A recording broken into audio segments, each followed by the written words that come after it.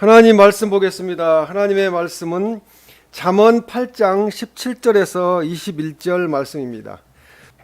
나를 사랑하는 자들이 나의 사랑을 입으며 나를 간절히 찾는 자가 나를 만날 것이니라.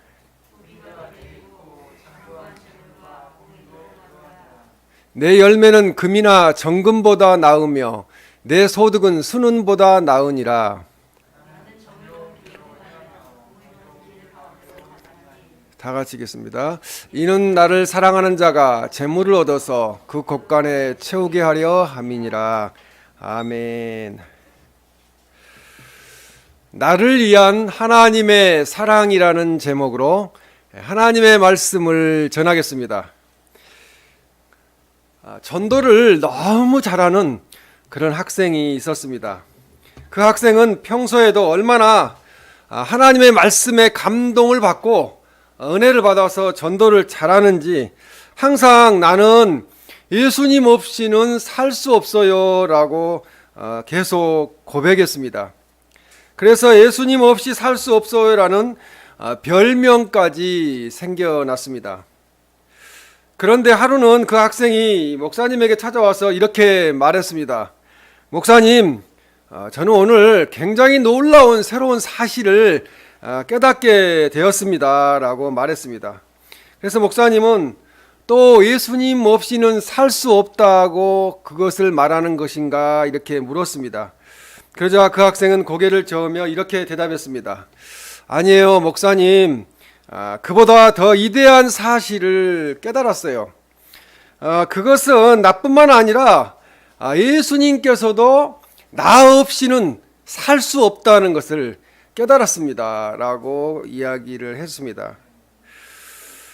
예수님께서는 우리가 주님을 사랑하는 것 이상으로 우리를 사랑하고 계십니다.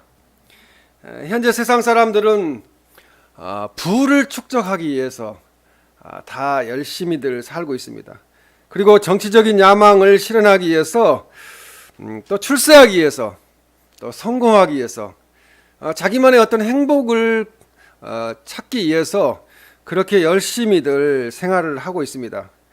그러나 이 기독교인들인 우리들은 오직 믿음으로 하나님의 영광을 위하여 살려고 힘쓰고 노력하고 있습니다. 사람은 일평생 살면서 세 가지 유혹에 빠질 수 있다고 합니다. 그 청년기에는 이성에 대한 유혹에 빠집니다. 그리고 장년기에는 재물에 대한 유혹에 빠지게 됩니다. 그리고 노년기에는 명예를 얻기 위해서 마지막 이제 명예에 대한 유혹에 빠지게 됩니다. 그런데 현재 이 세상은 나이에 관계없이 이 세 가지 유혹을 동시에 받는, 또 그 유혹을 유혹이라고 생각하지 않고 그 당연한 것이다는 생각으로 그것을 얻기 위해서 살고 있습니다. 이것이 바로 말세적인 현상이라고 설명을 할 수 있겠습니다. 하나님보다 이 세상을 더 사랑하고 돈을 더 사랑하는 그런 시대를 우리가 살고 있습니다. 그러므로 우리들은 이것보다는 하나님께서 우리에게 더하는 복을 주신다고 말씀하셨는데 이 더하는 복을 받고 이 세상적인 세속적인 유혹에 넘어가지 말고 하나님을 사랑하고 하나님의 말씀대로 살아야 합니다. 오늘 주신 하나님의 말씀을 듣고 하나님을 사랑하고 간절히 찾는 삶을 살아감으로 하나님의 크신 사랑과 복을 받는 우리들이 되시기를 주님의 이름으로 축원합니다. 첫 번째로 이 하나님을 사랑하는 자들이 하나님의 사랑을 받습니다. 잠언 오늘 8장 17절에 나를 사랑하는 자들이 나의 사랑을 입으며 그렇게 말씀합니다. 이 말씀은 하나님을 사랑할 것을 호소하고 있는 말씀입니다.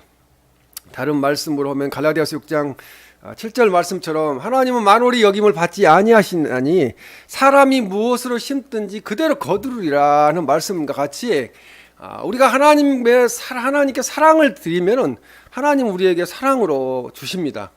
근데 하나님은 먼저 우리를 사랑하신다는 거죠. 신명기 6장 5절 말씀에 보면 너는 마음을 다하고 뜻을 다하고 힘을 다하여 내 하나님 여호와를 사랑하라고 그렇게 말씀합니다. 시편 91편 14절에도 하나님이 이르시되 그가 나를 사랑한즉 내가 그를 건지리라, 그가 내 이름을 안즉 내가 그를 높이리라 그렇게 말씀합니다. 하나님께서 예수님을 이 세상에 보내셔서 구원의 은총을 베풀어 주신 십자가의 사랑은 무조건적인 사랑이요 희생적인 사랑입니다. 우리가 하나님을 사랑하기 때문에 사랑하신 것이 아니고 하나님은 먼저 우리를 사랑해 주셨습니다. 우리는 주님의 깊은 사랑을 깨닫고 하나님을 더욱 사랑해야 합니다. 그래서 요한복음 3장 16절에 하나님이 세상을 이처럼 사랑하사 독생자를 주셨으니 이는 그를 믿는 자마다 멸망하지 않고 영생을 얻게 하려 하심이라 그렇게 말씀을 합니다. 이 말씀은 성경 신구약 66권의 요약 핵심이 바로 이 말씀입니다. 이 말씀은 바로 복음입니다. 그 크신 하나님의 사랑은 독생자 예수님을 이 땅에 보내주셨고 우리들을 구원하여 영원토록 천국에서 살도록 그렇게 은혜를 베풀어 주셨습니다. 우리는 하나님의 사랑을 깨달아 오직 그 사랑 안에 거하여야 합니다. 하나님의 사랑 안에 거하여야 평강이 있고 건강이 있고 은혜가 있습니다. 하나님의 사랑은 먼저 사랑이라고 말할 수 있습니다. 하나님께서 우리를 먼저 택하셨습니다. 하나님의 아들, 딸로 택하셔서 사랑해 주셨습니다. 하나님이 먼저 우리를 사랑하셨습니다. 하나님께서는 지금도 우리들을 사랑하십니다. 끝까지 사랑하시는 거죠. 그래서 하나님의 사랑은 영원한 사랑이십니다. 하나님께서는 내 아들 예수님 그리스도를 십자가의 제물로 주시기까지 우리를 사랑하셨습니다. 우리 자녀를 하나님 앞에 드리는 것도 쉽지 않은데 십자가에 내어주는 것 자체는 대단히 어려운 일이고 고통스러운 일입니다. 그러므로 요한 1서 3장 18절에 자녀들아 우리가 말과 혀로만 사랑하지 말고 행함과 진실함으로 하자 이렇게 말씀합니다. 말로는 근데 우리나라 사람들은 말로도 사랑한다는 이야기를 잘 안 해요. 그러잖아요. 부부간에도 거의 사랑한다는 이야기를 안 합니다. 근데 사랑한다는 이야기를 잘 하는 것은 전번에도 말씀드렸듯이 아리아라는 그 사랑을 잘해요. 내비게이션에 이렇게 이야기하면은. 그러는데 하나님 앞에 우리가 사랑한다고 표현을 해야 됩니다. 기도할 때도 저는 요즘 기도할 때 이제 사랑합니다를 자꾸 하는데요. 하나님 사랑합니다.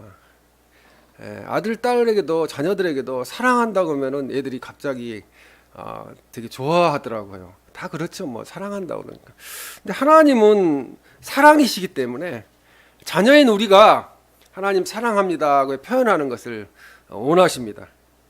그래서 우리가 늘 사랑을 말하고 오직 예수 사랑을 말하지만 우리가 실천은 부족하다는 것을 알고 사랑을 고백해야 됩니다. 부부간에도 사랑을 고백해야 되고. 근데 딱 사람들은 꼭 그래요. 세상을 떠나고 나면은 되게 아쉬워하고 내가 그때 더 잘했어야 되는데 더 사랑한다고 말했어야 되는데 지나고 보니까 그 사람이 되게 좋은 사람이었는데 그거 없으니까 내가 참 힘들다, 보고 싶다 이런 생각들을 합니다. 하나님도 마찬가지죠. 우리 눈으로 하나님 보이지 않지만 우리와 함께 하세요. 그래서 하나님께 사랑을 고백해야 됩니다.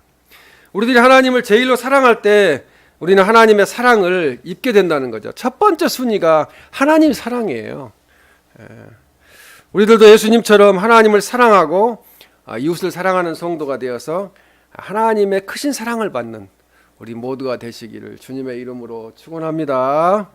두 번째는 하나님을 간절히 찾는 자가 하나님을 만나게 됩니다.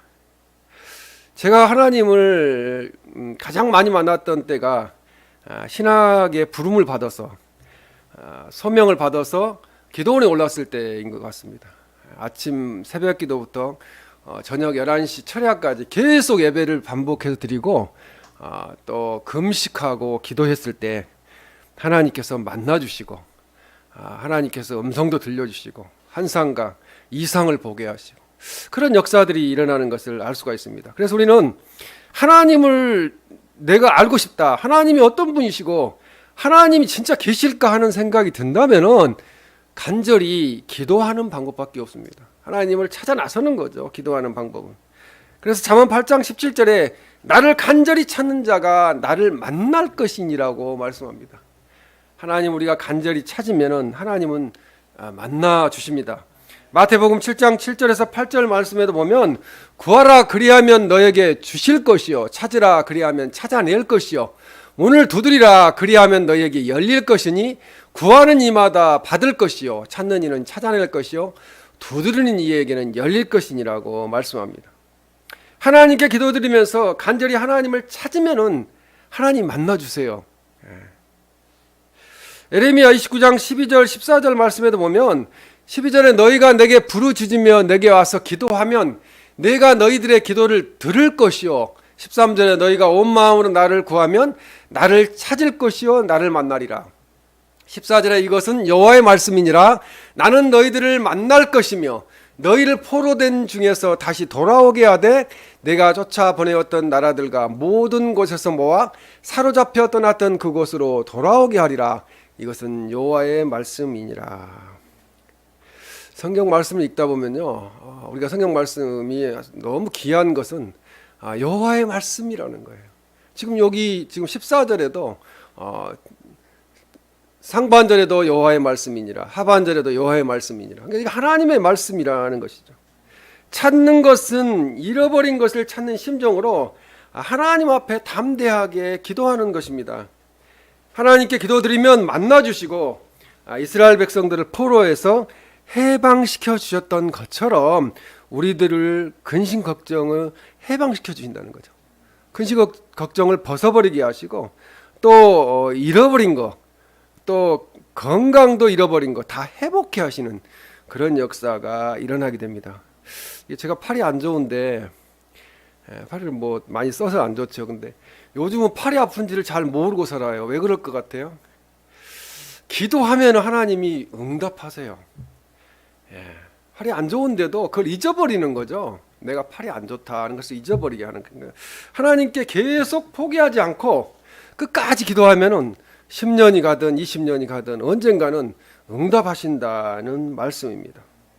히브리서 4장 16절에도 그러므로 우리는 긍휼하심을 받고 때를 따라 돕는 은혜를 얻기 위하여 은혜의 보좌 앞에 담대히 나아갈 것이니라고 말씀합니다. 은혜의 보좌 앞에 나와서 교회에 나와서 기도드리면서 하나님을 간절히 찾으면 하나님을 만나게 되고 하나님의 긍휼하심을 받고 때를 따라 돕는 은혜를 받게 됩니다. 이제 10월 말이면은 거리두기가 이제 어느 정도 조정이 되고 위드 코로나로 가게 된다고 그러는데요. 이제는 다시 모여야 할 시기에 놓여 있습니다. 물론 편리하게 인터넷으로 예배를 드리는 것도 하나님이 받으시지만 하나님의 전으로 나와야 된다는 거죠. 하나님의 보좌 앞에 담대히 나아갈 것이니라고 말씀합니다. 은혜의 보좌 앞에 나와 오시기를 바랍니다. 이제는 교회에 모여서 하나님 앞에 예배를 회복해야 될 줄로 믿습니다. 요한복음 14장 13절에서 14절 말씀에 보면 너희가 내 이름으로 무엇을 구하든지 내가 행하리니 이는 아버지로 하여금 아들로 말미암아 영광을 받으시게 하려 함이라. 내 이름으로 무엇이든지 내게 구하면 내가 행하리라. 그렇게 말씀합니다. 우리가 예수님의 이름으로 무엇이든지 하나님께 구하면 하나님께서 응답하시고 그대로 행하신다는 거죠. 그렇기 때문에 기도해야 됩니다. 우리가 예배 드리는 것은 교회에 나와서 예배 드려야 되고요. 기도도 교회에 와서 해야 되고 요즘 기도원들이 참 어려운 시국이 됐는데 또 기도원에 가서 기도하면 또 하나님께서 응답을 하십니다. 그래서 우리가 물론 집에서 기도해도 응답하시지만 같이 모여서 두세 사람 모인 곳에 예수님이 함께 하신다고 그렇기 때문에 다 같이 모여서 예배하는 곳에서 응답이 있고 크게 역사가 일어난다는 것을 믿으시길 바랍니다. 이사야는 하나님을 만났습니다. 이사야 6장 5절에 보면 그때 내가 말하되 하로다 나여 망하게 되었도다. 나는 입술이 부정한 사람이요 나는 입술이 부정한 백성 중에 거주하면서 만군의 여호와신 왕을 배웠음이로다 하였더라. 예전 말씀에 보면은 하나님을 직접 보면은요 사람이 죽게 돼 있었어요. 그렇기 때문에 망하게 되었다고 이렇게 이야기를 하는데 이 말씀에 보면은 망하는 것이 아니라 하나님을 배웠다는 거죠. 하나님을 만나게 되었다고 그렇게 말씀합니다. 이것이 바로 하나님의 약속의 말씀을 믿고 순종하는 자에게 나타나는 하나님과의 만남의 복이라는 말씀입니다. 이사야 선지자는 하나님을 만나게 되었습니다. 우리들도 하나님을 이사야 선지자처럼 만나게 되면은 모든 문제가 해결되고 하나님의 사명자로 하나님 앞에 크게 쓰임받게 될 줄로 믿습니다. 우리들이 하나님을 찾을 때 만나주시는 것은 우리들의 기도에 대한 신앙인의 요구에 대한 하나님의 응답입니다. 지금도 하나님은 어김없이 기도에 대해서 응답하고 계십니다. 에레미야 33장 3절에 너는 내게 부르짖으라 내가 내게 응답하겠고 내가 알지 못하는 크고 은밀한 일을 내게 보이리라 그렇게 말씀합니다. 우리가 상상도 못했던 것 우리는 마음속으로 생각조차도 안 했던 것도 우리가 부르짖어 말씀을 가지고 기도할 때 더 많은 것으로 은밀하고 비밀스러운 일을 하나님께서 보여주실 줄로 믿습니다. 오늘 우리 성도들 누구라도 부르짖어 기도드리면 응답하시겠다는 하나님의 말씀을 새겨 듣고 기도하는 우리들이 되시길 바랍니다. 그러므로 우리들은 하나님께 부르짖고 찾고 찾아서 만나는 응답을 받아야 할 줄로 믿습니다. 하나님을 찾고 기도드림으로 하나님을 만나고 응답받아서 우리들의 삶을 변화시켜 주시고 하나님께 쓰임받은 역사가 있으시기를 주님의 이름으로 축원합니다. 이제 세 번째로 하나님을 사랑하고 하나님을 찾고 만나면은 모든 복을 하나님께서 주신다는 말씀입니다.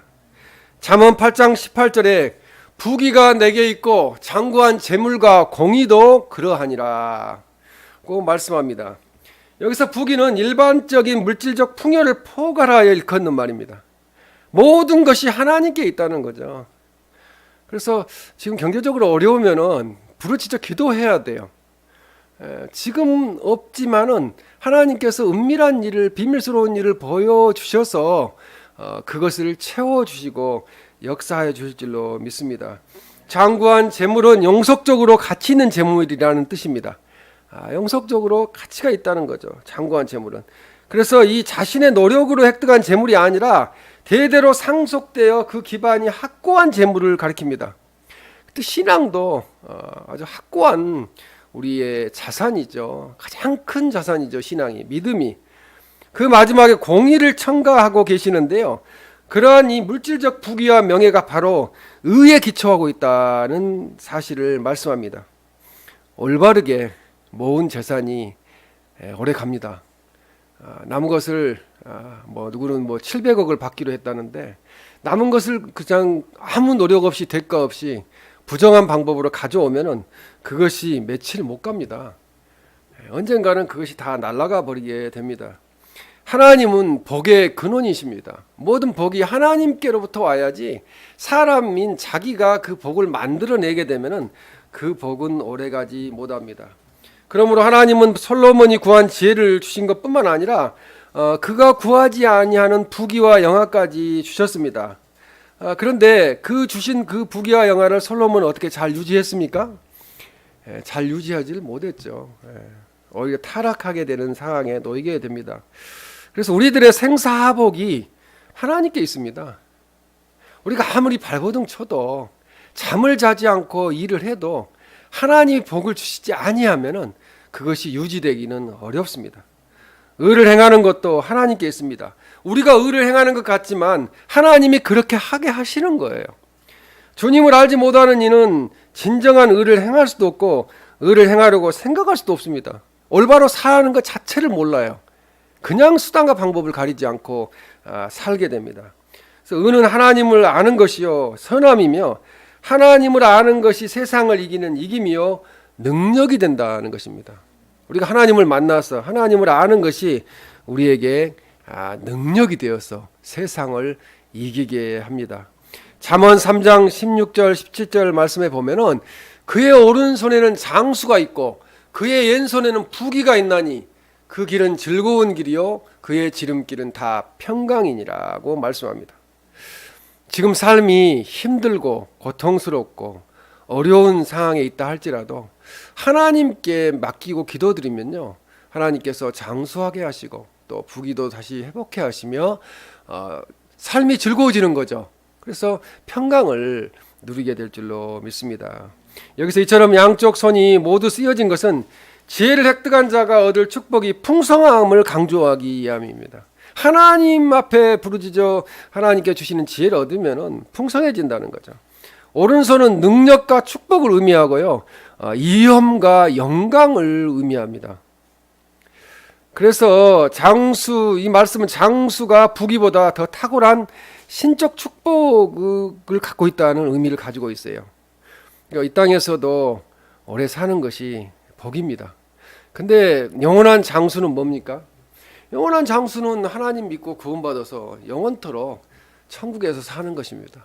그래서 우리는 이미 장수의 축복을 다 받아 누리고 있습니다. 잠언 8장 19절에 내 열매는 금이나 정금보다 나으며 내 소득은 순은보다 나으니라고 말씀합니다. 주님을 아는 것은 가장 귀중한 소득이고 금은보다 귀한 것이라고 그렇게 말씀합니다. 이 세상에는 귀중한 것이 금이기 때문에 주님은 금으로 비유하신 말씀입니다. 이 세상에 있는 금은 하나님을 찾고 만나는 복과 비교할 수 없다는 거죠. 그래서 우리는 금보다 더한, 금보다 귀한 하나님을 만나게 될 거예요. 이 세상 만물을 다스리시는 하나님을 아버지로 모시고 삽니다. 잠언 8장 20절에 나는 정의로운 길로 행하며 공의로운 길 가운데로 다니나니 이렇게 말씀합니다. 하나님은 하나님의 형상대로 지음받은 사람들 역시 하나님의 속성을 담기를 원한다는 거죠. 정의롭게 살기를 원하는 거, 올바르게 바르게 살기를 원한다는 거죠. 그리고 공이라는 것은 바르다는 거, 여기도 같은 말로 바르다는 뜻이고요, 곧다는 뜻인데 올바름을 가리킵니다. 세상을 죄를 짓고 자기 수단과 방법을 가리지 않고 살다 보면은 결과는 모든 것을 잃어버리는 상황에 놓이게 됩니다. 그러므로 에레미야 9장 24절에 보면 자랑하는 자는 이것으로 자랑할지니 곧 명철하여 나를 아는 것과 나 여호와는 사랑과 정의와 공의를 땅에 행하는 자인 줄을 깨닫는 것이라. 나는 이 일을 기뻐하노라. 여호와의 말씀이니라. 이렇게 말씀합니다. 하나님 말씀대로 올바로 사는 것, 그것도 명철이지요. 그걸 깨달아서 하나님 말씀대로 사는 것을 하나님은 기뻐한다고 말씀하고 있습니다. 요 하나님은 사랑이십니다. 사랑인에는 진실한 사랑이고 끊임없는 사랑입니다. 충실함이고 다함이 없는 헌신이고 자비를 의미합니다. 그리고 공의는 의를 행하는 자를 격려하고 악을 범하는 자를 징계하는 공의 혹은 정의를 의미합니다. 부정을 저지르면은 누군가가 잘 모르겠지. 내가 50억, 700억씩 받아 먹어도 모르겠지, 이런 생각들을 하고 살잖아요. 근데 언젠가는 그게 자기들끼리 분쟁이 일어나가지고 다 불게 되고요, 드러나게 되는 것이 세상의 이치입니다. 그것이 다 하나님이 하시는 일이라는 거죠. 심판원자로서 하나님은 행악자들의 활동을 제한하시고 그를 결국은 처벌하십니다. 처벌하십니다. 공의를 드러내시는 거죠. 반면에 의인을 구원해 주시고 의인을 위해서는 지금은 모르는 것처럼 드러나지 않지만 결국은 드러나게 하시고요, 변호해 주신다는 거죠. 억울한 일을 당했어도 의인은 예수 그리스도를 믿고 값없이 의롭다함을 받은 우리들을 끝까지 지키시고 사랑하시며 보호하십니다. 하나님을 사랑하고 찾고 만나면 또한 천대까지 은혜를 베풀어 주시겠다고 말씀합니다. 출애굽기 20장 6절에 보면 나를 사랑하고 내 계명을 지키는 자에게는 천대까지 은혜를 베푸느니라, 이렇게 말씀합니다. 하나님을 사랑하고 찾고 만나면 마음의 소원을 이루어 주십니다. 시편 37편 4절 말씀에 또 여호와를 기뻐하라. 그가 내 마음의 소원을 내게 이루어 주시리로다. 그렇게 말씀합니다. 하나님을 사랑하고 하나님을 찾고 만나면 하늘의 보고를 열어주시고 내 손으로 하는 모든 일에 복을 주시겠다고 그렇게 말씀합니다. 만복의 근원이신 하나님께서 모든 복을 가지고 계십니다. 부귀가 하나님께 있고 장구한 재물과 공의도 하나님께 있습니다. 우리는 그래서 하나님의 손에 달려 있습니다. 우리 삶은. 이 모든 것은 하나님을 사랑하는 자들과 하나님을 간절히 찾는 자에게 하나님께서 주신다는 말씀입니다. 잠언 오늘 8장 21절에 이는 나를 사랑하는 자가 재물을 얻어서 그 곳간에 채우게 하려 함이니라고 말씀합니다. 여기서 재물을 얻어서라는 것은 탁월한 존재라는 의미를 가지고 있습니다. 그래서 세속적인 척도에서의 값비싼 재물이 아니라 지혜를 통해서 얻어진 지고한 신앙적 도덕적 판단에 비추어 가치 있는 재산이라는 거죠. 그래서 믿음이 가장 큰 재산입니다. 그래서 얻어서라는 말씀은 유산으로 상속받아서라는 뜻을 갖고 있습니다. 그러니까 우리가 믿음의 그 재산을 가지고 그것을 상속시켜 나가야 합니다. 이것도 하나님이 하시는 일입니다. 우리가 하나님을 사랑하고 순종하면 하나님의 말씀을 실천한 자에게는 하나님이 상급이 주어지게 되는데 아버지가 가장 사랑하는 아들에게 자신의 가장 귀한 재물을 물려주듯이 우리에게 그 유산을 하나님께서 물려주실 줄로 믿습니다. 그 곳간에라고 말씀하는데요. 마태복음 6장 20절에도 이 말씀이 나옵니다. 오직 너희를 위하여 보물을 하늘에 쌓아두라. 거기는 좀이나 동록이 해하지 못하며 도둑이 구멍을 뚫지도 못하고 도둑질도 못하느니라. 그렇게 말씀합니다. 하늘 곳간, 그러니까 창고를 상기시켜 주십니다. 하늘에 쌓아두라는 거죠. 이 땅에 쌓아두는 것은 그냥 날아가 버리기 때문에 그렇습니다.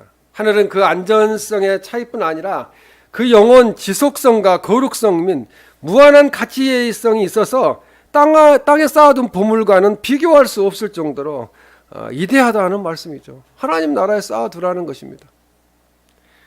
그래서 저는 그걸 많이 생각합니다. 가도 약겨도 가난하게 된다는 그 말씀이 딱 맞는 말씀이구나. 그런 생각을 하게 되고 하나님 나라에 쌓아두어야 되겠다 하는 생각들을 하게 되는데도 또 이 땅에 살면서 필요한 것들 때문에 그것이 잘 안 될 때도 있는데요. 성경은 하늘에 쌓아두라고 말씀합니다. 하늘의 보물이란 이 땅 위에서 의로운 일을 행하는 것, 돈만 이야기하는 게 아닙니다. 의로운 일을 올바르게 사는 것도 하늘의 상급을 받기 위한 쌓아두는 것입니다. 보물입니다. 예수님 그리스도를 위해 고난받는 것. 괜히 잘 믿고 있는데 그리고 다른 형제들한테 해를 끼치지도 않는데 잘 믿는다는 이유로 핍박을 받잖아요. 이것도 하늘나라의 보물로 쌓아두는 것입니다. 그리고 남을 용서해 주는 것. 그 사람은 잘못했다는 이야기도 하지 않아요. 용서해 주는 것도 하나님 나라의 보물로 쌓아놓는 것입니다. 이 모든 것들은 보상이 뒤따른다는 점에서 하늘에 쌓아둔 보물이 된다는 것이죠. 그럼 우리는 그런 면에서는 하늘에 많이 쌓아두었다고 볼 수 있습니다.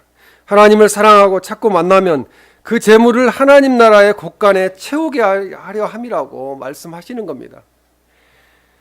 그래서 진정으로 세상에 무엇보다도 하나님을 사랑하는 자가 되어야 한다는 거죠.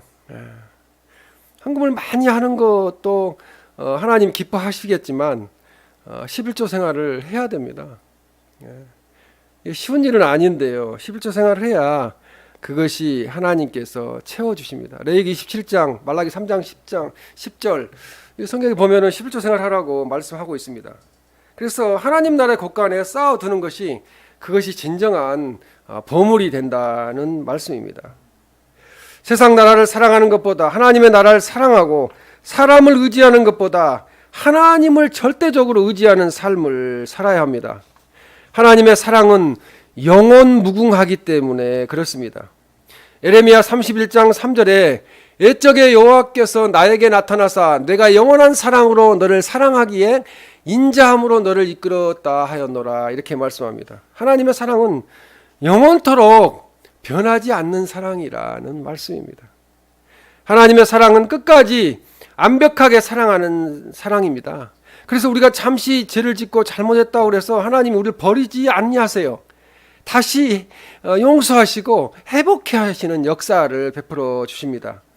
요한복음 13장 1절에 말씀해 보면 6월절 전에 예수께서 자기가 세상을 떠나 아버지께로 돌아가실 때가 이른 줄 아시고 세상에 있는 자기 사람들을 사랑하시되 끝까지 사랑하시니라, 이렇게 말씀합니다.